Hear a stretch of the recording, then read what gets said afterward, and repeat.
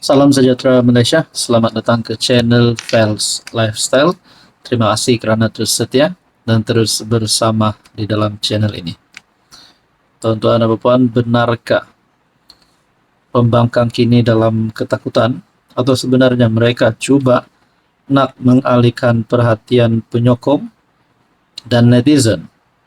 Anwar Ibrahim dah terang-terang cabar pembangkang untuk bawa usul undi tidak percaya di Parlimen. Tapi satu kenyataan daripada kepimpinan bersatu ini pasti menggemparkan kerana disebutkan di dalam berita ini berkaitan dengan buat undi tak percaya secara sulit.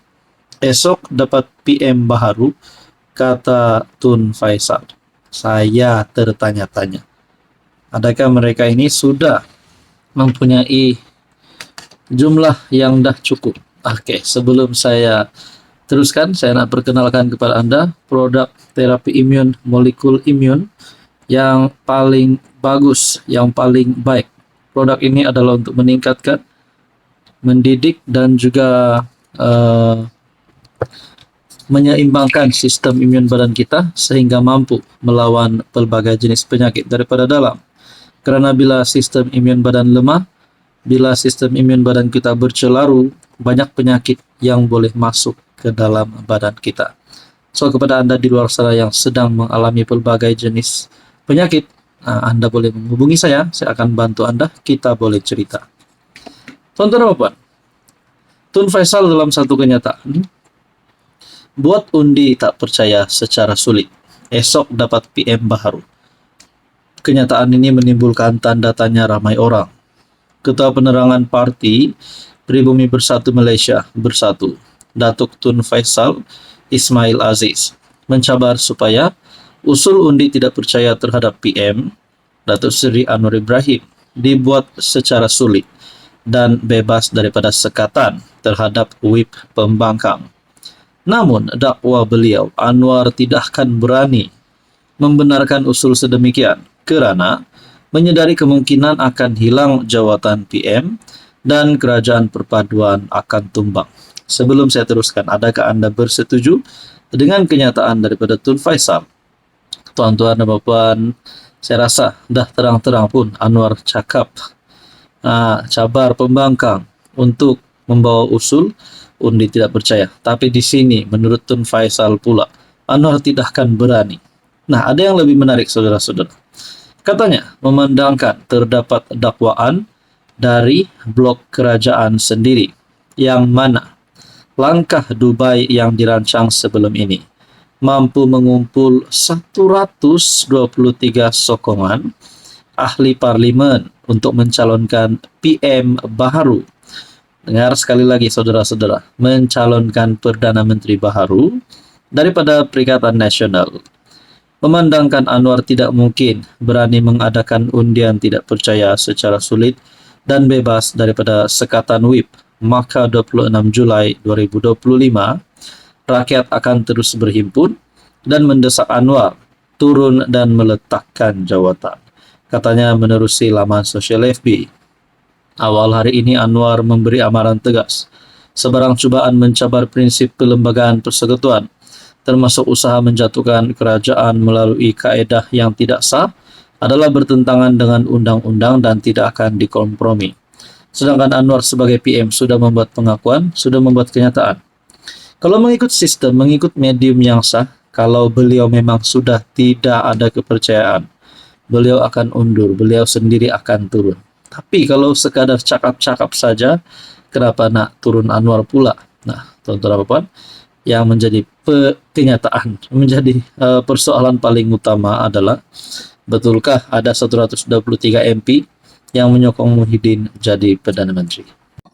Hello semua, salam sejahtera Malaysia. Selamat datang ke channel Fels Lifestyle. Terima kasih kerana terus setia dan terus bersama di dalam channel ini. Saudara-saudara, Himpunan Turun Anwar pada 26 Julai sudah dipatahkan. Himpunan Turun Anwar yang diadakan pada 26 Julai oleh pembangkang, oleh musuh politik Anwar sudah dipatahkan. Rupanya ramai yang tidak bersetuju dengan perhimpunan ini. Ada yang sehingga berkata, kalau mereka nak Anwar turun, siapa yang mereka nak naikkan? Saudara-saudara, rupanya ini satu keputusan, ini satu perkara yang perlu disedari oleh kepimpinan pembangkang. Artikel perkongsian daripada Harapan Daily. Ini 15 jawaban untuk Perikatan Nasional. Nomor 2 paling jelas. Sebelum saya teruskan, saya perkenalkan kepada Anda. Ini adalah terapi imun, molekul bijak untuk mendidik, meningkatkan dan juga menyeimbangkan sistem imun badan kita sehingga mampu melawan dan juga menjaga sistem imun badan kita daripada pelbagai jenis penyakit. Penyakit seperti kencing manis, gout, darah tinggi, penyakit melibatkan perut, jantung, penyakit luar, melibatkan kulit, penglihatan, dan macam-macam lagi. Anda boleh mengambil produk ini, dan sekiranya Anda ingin mengetahui lebih lanjut tentang terapi imun, Anda boleh menghubungi saya di nomor yang tertera. Saudara-saudara, tulisan daripada perkongsian Harapan Daily bertarik 20 Julai. Saya terbaca tulisan dari EJK PAS Pusat, Dr. Ridwan Muhammad Nur, yang ajak rakyat turun 26 Julai ini kononnya sebab kerajaan gagal. Tapi bila baca satu-satu, jelas sangat tulisan dia penuh dengan fitnah, putar belit, dan hasutan murahan. Di bawah ini saya jawab satu persatu. Isi tulisan dia dalam bahasa yang mudah dan senang nak faham. Pertama, rakyat marah, tapi bantuan makin bertambah. Kalau rakyat marah, kenapa istian, sara, menu ramah, bantuan sewa rumah, bakul makanan, bantuan usahawan, semua tu jalan terus. Takkan marah, tapi ambil bantuan. Yang kedua, hampir 2 tahun, bukan masa pendek, tapi lebih baik dari 33 tahun, pas. Perintah Kelantan, tak ada air bersih. PMX, baru perintah 2 tahun, pas dah bising. Di Kelantan, pas dah lebih 30 tahun, air pun keruh lagi, elok cermin dulu. Janji manifesto bukan tak buat, tapi buat ikut keutamaan dan budget negara. Yang keempat, isu cukai, subsidi disasar, bukan ditarik. Yang kelima, kononnya negara makin tak selamat, tapi indeks jenayah makin turun. Yang keenam, menteri tak kompeten. Siapa yang lantik menteri masa PN dulu yang gagal urus COVID, ekonomi hancur. Zaman PN, menteri asyik keluar masuk TV, tapi tak buat kerja. Sekarang menteri kerja diam-diam, tapi hasilnya nampak.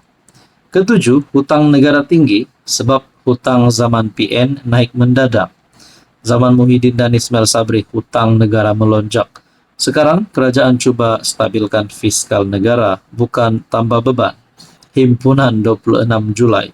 Dah bosan rakyat tengok pas main jalanan. Yang kesembilan, PMX dikata suka melancong, tapi setiap lawatan bawa balik pelaburan berbilion ringgit. Yang ke-10, isu kaum dan halal. Pas main api perkauman yang bahaya. Yang ke-11, bahasa Melayu dan negeri Melayu konon dianaktiri, tapi budget kepada negeri PAS tetap disalurkan. Yang ke-12, DAP ditakutkan kepada orang Melayu, tapi DAP tak pernah ambil portfolio agama Islam. Yang ke-13, sekolah Cina dapat bantuan, sekolah agama pun dapat peruntukan paling besar dalam sejarah. Yang ke-14, isu konsert. Dulu zaman PN pun penuh konsert. Konsert bukan benda baru, tapi semua kena mohon permit, ikut garis panduan. Dan yang ke-15, tuan-tuan dan puan, fitnah konon kerajaan ini anti-Islam, tapi budget hal ehwal Islam naik, reformasi institusi berlaku. Saudara-saudara, PMX dan kerajaan sekarang bekerja. Rakyat perlukan kestabilan, bukan politik hasut dan fitnah di kalangan masyarakat Malaysia. Tulisan daripada Harapan Daily, dikongsikan daripada Harapan Daily, bertarik 20 Julai.